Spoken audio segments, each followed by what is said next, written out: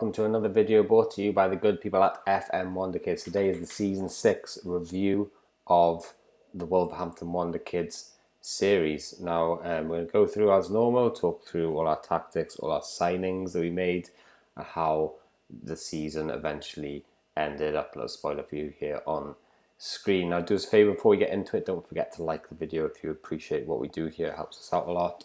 Subscribe if you are new. And head on over to Patreon if you really want to support the channel. You can download all the tactics and everything we use, all the short lists that we use. But yeah, this 442 experiment tactic, I believe, is up on Patreon now. And every month we update with all the newest stuff. So, along with that, we've got Wonderkids videos going up every Monday, Wolverhampton videos every Wednesday, Man United videos every Friday. So, without further ado, let's get into it. So Wolves is, as you may, if you haven't seen the last episode, go and check it out. Drama on toast. Wolves 2024-2025 season review then. It's a memorable season for Wolves as they tasted success in the English Premier Division. So we won the league. Okay, you wouldn't necessarily think we won the league judging by the amount of drama in the last episode, but we won the league and we actually won the European Super Cup as well. And the Community Shield, which no one really cares about that. So we actually won the league and the Super Cup. So really, really good when you think about it like that. Season 6 won the league and the Super Cup. Match of the season was a 7-1 smashing of Norwich at home. And they come back to wreak a bit of revenge on us next season. Spoiler alert for that. Moment to forget was a 3-2 loss away to West Ham. We lost, obviously, in the final of the Champions League to Liverpool. We won the league and we were out. Sorry, what's that? The Club World Championship. We were out of the group stages in the Club World Championship. I can't remember that. Oh no, sorry, that's coming up. That's a scheduled. Makes sense. I'll show you the schedule now. That makes sense. We lost in the final to the FA Cup to Chelsea. Okay, so we always like to start with our signings, our transfers. Who did we buy? Why did we buy them? How did they do? So we'll go straight to the transfer screen now. Transfers followed by transfer history. So starting off with the outs then, Ali Smith, our Wonderkid striker, went out on loan. You can see developing really, really nicely there. He went out on loan to Exeter. I believe we shipped him out then. So that was the 29th of the 7th. He went on loan to Exeter. I believe we shipped him out again to someone else. Alberto Federico, I'm not really sure who that is, but he went out on loan as well. So he's our Brazilian attacking midfielder in the under-18s. Oliveira, Portuguese guy left over from the days when the board would only let us sign Portuguese players. Terry Taylor, never really going to make the grade, but we do like him, but he's just not quite good enough. Old Terry Rainier, we still haven't got his work permit. Oh, don't hate me, but we spent money on him at the first season. Loaned him out. Still hasn't got a cap for his country. Catrone, really good striker, but we can't give him games because obviously we've got the boy E.H. up front. Fabio Lopez, again, Portuguese. One of the Portuguese lot. Jack Scott, we do really like at right back, but we haven't really managed to give him enough games. So he goes out on loan there. He's very fast, which is good. Gibbs White was a victim of our new formation. We'll tell you why we went to that new formation in a second. But our new formation basically meant we were playing one less midfielder, centre midfielder. And so we had to ship someone out on loan. Gibbs White was that person. We do really love the fact that he's very, very good at passing and vision. But he didn't really have... Basically, we went to two centre midfielders and we got Neves and Tonali. So, and we want to develop Bellingham and Veloso. So there wasn't really a place for Morgan Gibbs White. Actually, Veloso went on loan. So Bellingham and someone else. I'll finish that one off in a second. But Veloso's really, really good. Look at that. 21-year-old Portuguese. So he went out on loan to Torino. There we are. Ali Smith goes out on loan again. This time to AZ Alkmaar. Federico out on loan again to Charlton, and Jack Scott out on loan again to Marseille.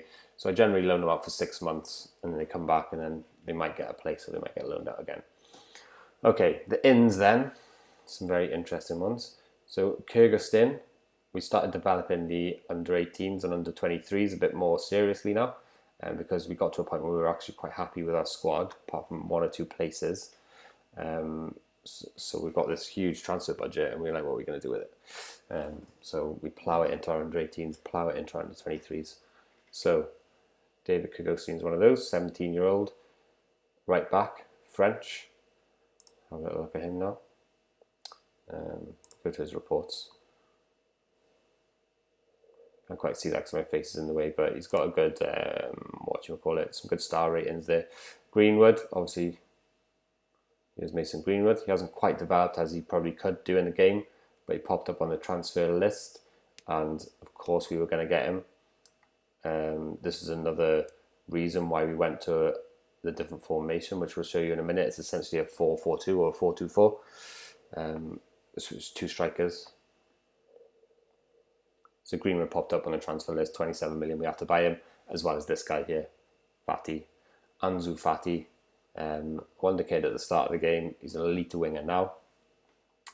22 years old, Spanish, playing for Barcelona. Look at that agility. Very, very, very good. We could not pass this guy up, obviously, when he popped up on the transfer list. It did cost us 57 million. If we have a little look at his history here. Barcelona. Again, that's a little bit, you can't quite see that, but his history. Let's bring that down for you guys. So for Barcelona, he played 32, 12 goals, 7 assists. So he's playing quite a lot of games.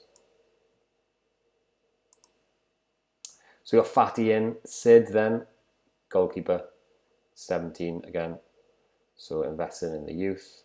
The under-18s, 17 again. We'll show you all these players, the specific star attributes, potential, the specific potential when we look at our under-18 squad later on in the show. But essentially these are all our under-18s and all got ploughed into the under-18s. Just give you little snippets of these guys here, but you'll see them more as the series develops. Some of them will make it into the first team, like this guy here, looks really, really good, look. Some of them might not make it. That's essentially where we've been ploughing most of our money, is into the youth. But obviously Fatty, Greenwood, big outlays. 50, 60, 70 million-ish. We didn't really get any fees for anyone. 75,000 selling them. We spent 138 million. Okay, so that's that then. So to look then at our squad, looks a little bit like this. Dewhurst is our number 1 goalkeeper. That's one of the positions which we do want to, one of the positions that we're not quite happy with. Although he is either-footed, which is quite nice. Belcombe then is his backup. Unguini, Hoy, Fritas. Jose Diaz, is he meant to be there? He's not meant to be there. He came in. He came in as a backup. Okay, he came in as a backup. So David Hoy, Fritas stepped in, as we spoke about before, to be the first choice centre back alongside David Hoy, basically because Onwini was unhappy and he's not quite hitting the heights that we thought he was going to be. Same with Van Heysden. So with Fritas, we saw a lot more potential. He's only 21, so trying to get those attributes up and give him games. Left back then was De Holtz, our Wonderkid left back. Right back, Max Aarons. There he is, yeah. Substitute right back would have been Johnny. But then who was our substitute left back? Because we sent Jack Scott out on loan. So maybe it was Johnny. So Johnny was our substitute right back, but also left back as well. And then we must have been playing Diaz, was it? No, we couldn't have been playing Diaz. Let's have a little look back here at our transfer history. Because maybe we didn't send Jack Scott out on loan then until January. No, the 8th, Jack Scott. So who were we playing? Substitute left. Dembele. Sorry. Carmichael Dembele. We were playing substitute left back. Obviously left-footed. Can just about tackle. We trained him up in the position a little bit. Not really natural, but obviously, like I say, Johnny would be our first pick as backup, and then Dembele. So that was that. Neves and Tonali in midfield then, and Khoysons as their backup, number 1 backup, and then Bellingham with Chad Banks then as our youthy, stepping in and getting some games because his training rating was just so good. Both wings then stayed as inside forwards, so we had Vinny Jr. on one side, with Gelhart on the other side, with backups being Fati or Jota and Greenwood or Dembele respectively. And up front we would play Haaland and Fati 9 times out of 10, with obviously numerous backups available, the likes of Jota, Greenwood, Gelhart, Fati, all able to play up front, with Nick Smith then as our another option, the wing on the right wing, generally we play. Okay, so if that is a bit confusing, look at this. So this was our tactic. You've seen the treble episode last week. This is the 4-4-2 experiment. Everybody's on holiday, so I apologise, it looks a bit messy here. Because it's all red. But generally it got us a lot of really, really good results and scored us a lot of goals during the start of the season. But then fell away towards the end of the season in the really competitive games. So we'll talk you through the tactic then. Like I say, for the patrons, it's all, you can download this over on Patreon if you want to head over on there, patreon.com/FM20Kids. You can download all the tactics, all the shortlists. This is up there, but I'll talk you through it anyway. So, like I say, Van Haysen was normally there, he'd be a sweeper keeper on attack. We would flip this between positive and attack generally, our general mentality. Aaron's would be an automatic there. Wing back. And we would have him crossing from the byline. As well as the things that we spoke about more often, which was marking tight ease off tackles. Is that on there? Ease off tackles normally on there.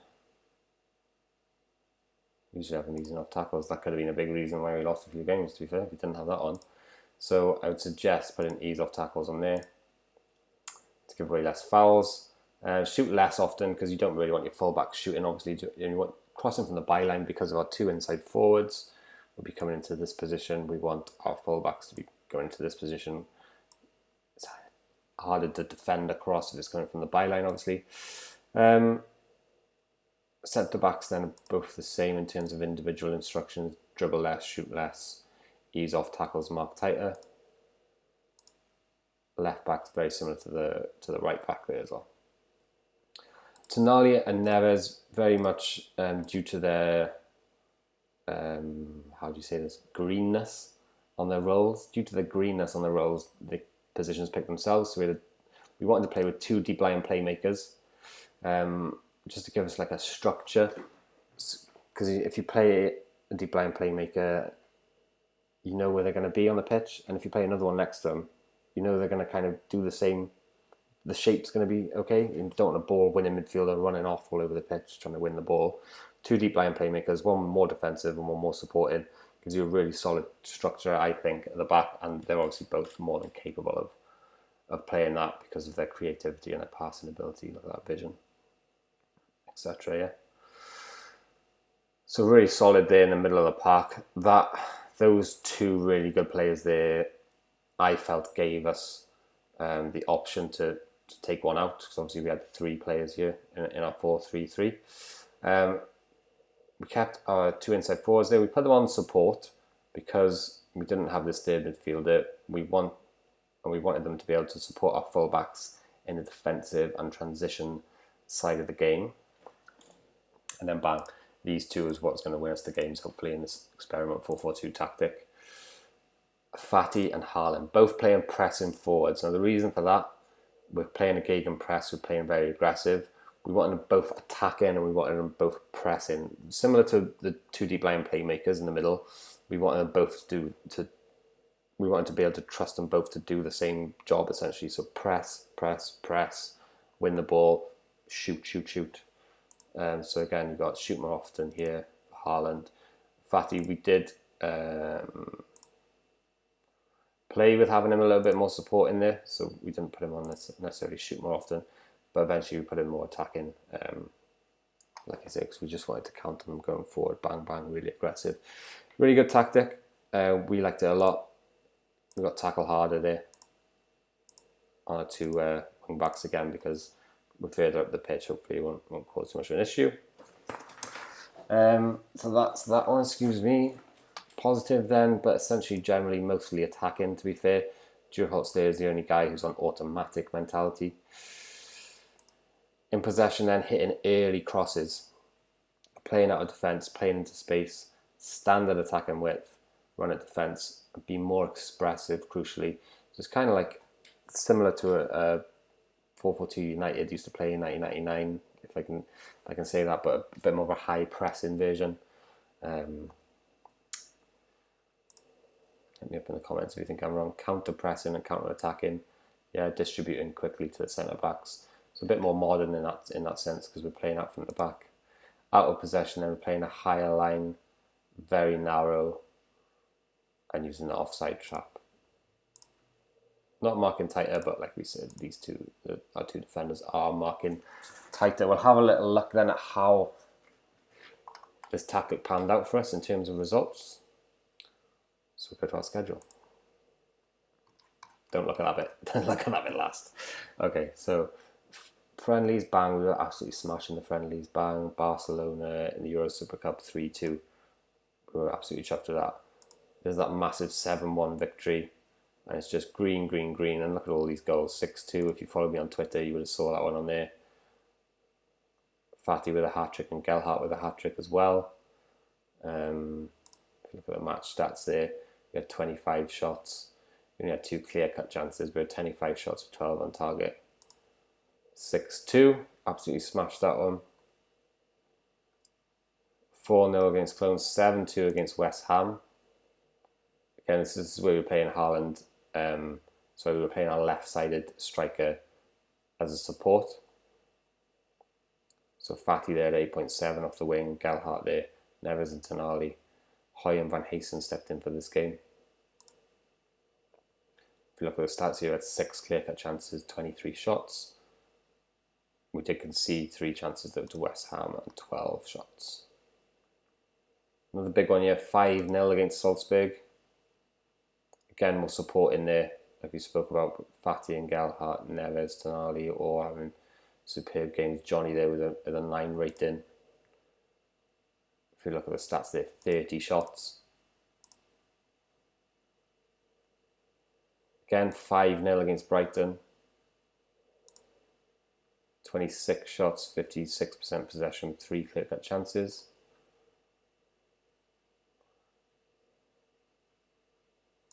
Arsenal, probably a game which we did deserve to lose away from home. Less possession, less shots, same amount of clear-cut chances. But other than that, all green, green, green. The assistant manager did manage the team for a lot of these games, using our tactic though, obviously. This is where we stepped them back up, like, not supporting anymore. Using our tactic, the assistant manager managed most of this league, like we spoke about, delegating out to him, and we'd come in January, run the team in January, and then towards the end of the season. So this is where we changed the tactic slightly and made it more attacking there. But I would always play Haaland on the right side because he's left-footed, gives him more of a chance to finish, but my assistant did the opposite. That's fine, splitting his. I came in then, obviously played the kids against Everton in the Carabao Cup final. They smashed us 5-2. And then they beat us 1-0 in the league then in the return game. So that was disappointing. We deserved to lose both of those games. That was my fault. 3-2 away to West Ham, which was, again, poor. But then bang, 5-0 against Portsmouth, 4-0 against Leeds again. Scoring lots and lots of goals, 4-0 there. 2-0 Newcastle, 2-0 to away to Man City, 2-0. only 13 shots. 5-2 against Everton there. We got our revenge against Everton. 4 clear-cut chances, 26 shots. 8.9 from Fatty, loads and loads of greens in, 9 from Neves. And this is where it all starts to break down. Obviously, if you've seen the last episode, you go back and check it out. You'll see me having a breakdown when we hit these reds. So we managed to overturn Borussia Dortmund in the second leg of the Champions League final after we lost to them in the first leg. Before that, we beat Chelsea 4-0 here. There's Nick Smith stepping in to play that right position. Jude Bellingham stepping in centre midfield. 7 clear-cut chances here to beat Chelsea 4-0. 23 shots. Insane. Haaland 9.6. Borussia Dortmund 5-0. Absolutely chuffed with that result. Again, 5 clear-cut chances, 24 shots. Haaland and Fatty there again up front. And then that's where it all fell apart. And if you want to see what happened on these games here,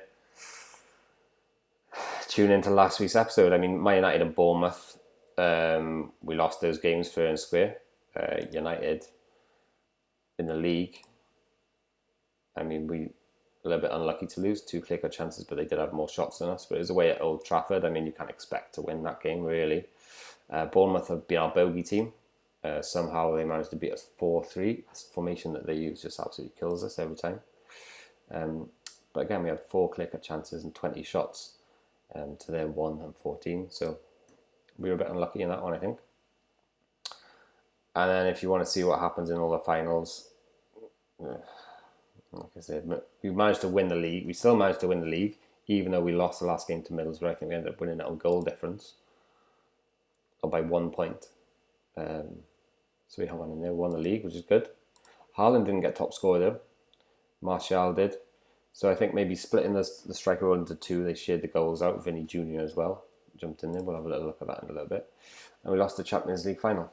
And we lost the FA Cup final. So we'll look at the stats there. We'll have a little delve into that. But it hurts. Oh, 5 clear-cut chances. Oh, geez. Oh, look at that stinker. The boys are 6.5, 6.7, 6.5. Oh, dear. The back 4 had a poor game. Did have 18 shots, though. We lost in the set piece in the last minute. Set piece in the last minute, we lost that one. And then 4-3 in extra time against Liverpool. A lot of bookings. Grimaldo, our nemesis, gets injured. Mane comes on and scored, and Trent scores then in extra time to put the nail in the coffin. But it was a tight game, 3-2 on clear-cut chances, 23 shots to 19. We held our own, and it's not like we haven't been beating Liverpool at all. I mean, we won on penalties in the Community Shield against them. They are our arch rivals. 3-2 at home in the league.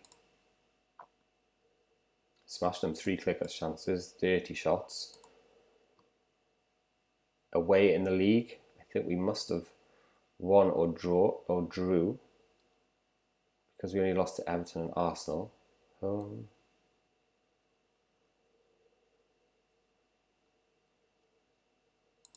at Anfield. Okay, so that's the schedule. We've got the World Club Championships coming up, so tune in next season to see how we get on there. Let's have a little look. So we've done our tactics, we've done our squad. A little look at the dynamics here, the hierarchy. So the hierarchy now is obviously me at the top, Neves, Haaland, Tonali. They're the big boys now with all these guys underneath, Bellingham and Nick Smith. The social group's happiness. I don't normally use this kind of stuff here. Tactics we've spoke about, again, available for you on Patreon. Originally we were going to use this tactic. Let me find it. It's symmetrical. Season 6 and Season 6 symmetrical we were going to use, which is the evolution of the tactic we've been using all the way through. So again, there's a lot of player instructions on here. We put a lot of effort into this, and the symmetrical is basically the same. So you've got the Mazzella there on the right side on this forward, on this tactic, with the winger on the left side. And the unsymmetrical version, you've got the winger on the right side with the Mazzella on the left side. So we put a lot of work into that tactic. We never actually ended up using it because we ended up signing Fatty and Greenwood, so we wanted to go for that 4-4-2 or the 4-2-4. But if you do want to download this tactic, if you're a patron, let us know how you get on, because we haven't actually used it properly yet. We might use it in the coming seasons. But with the personnel we've got now, we'll probably stick with trying to evolve that experiment 4-4-2 into a tactic which doesn't let us down towards the end of the season. Maybe it's the gegenpress. Maybe everyone's tired, but no, I don't believe that. Okay. So that's that. Then we'll dip into the development centre. I'll show you how the under 23s is looking. So in terms of under 23s, we've got Bergman. Got him out on loan, I think, here. He's gonna be world class, but he's still nowhere near good enough to step into the first team. Ali Smith probably going to step in next season and play some games, because we've got those 2 spots up front, and he's really looking like he's developing very fast out on loan. A couple of 17-year-olds then. Right back. Again, take a couple of seasons before he steps in. Garcia, midfield centre, but it's going to take some doing to get past Veloso here in terms of centre midfielders. Morgan Gibbs-White would probably have to sell him, to be honest with you, which it feels bad because he's a homegrown player, but he's not going to fit into this tactic that we've got at the moment. So under 18s then.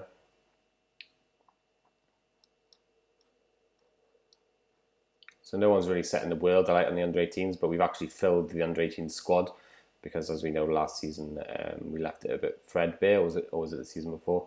We had to call everyone back from loan just so that our under 18s team didn't get relegated. Let's have a look here.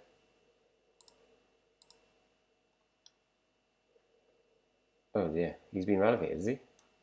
Who's this? Who's the manager of my under 18s at the moment?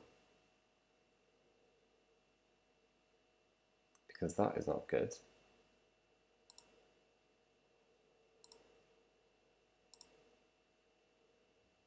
Tom Hart, under 18s manager. Well, he's gotten relegated. He had a good team. Well, they had an okay team. Okay, so Tom Hart's going. He's got us relegated. Under 23s. Mid-table. Basic, playing okay. In goal. I'm not very happy with that, to be honest with you. So if we look at our João Tralau, maybe he needs to replace him because he's got a very good selection of people to pick from. Look at that. Chad Banks came in for a couple of games. So we go back to our squad. We'll look at our selection info. See how many games these guys played. So 2. Chad Banks only played 2 games, and they were towards the end of the season when we started to break down. Nick Smith only played 7. It's unfortunate.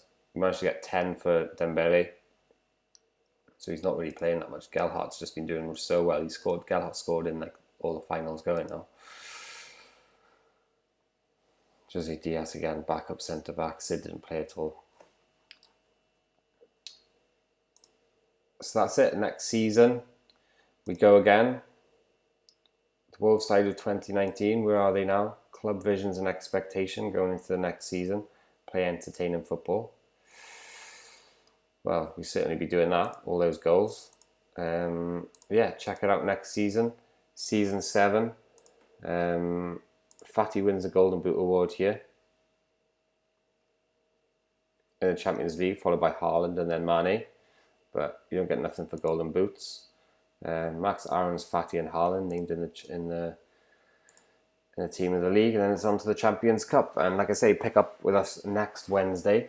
See how we're getting on. Hopefully we can lift some more trophies. We did win the league, don't forget, even though we had that massive run of 5 losses in a row, which is absolutely unheard of in this series, but there it is. We take it on the chin. Like I say, thank you very much for watching. Tune in next time for Wolverhampton Wonderkids Wednesday at 1 o'clock.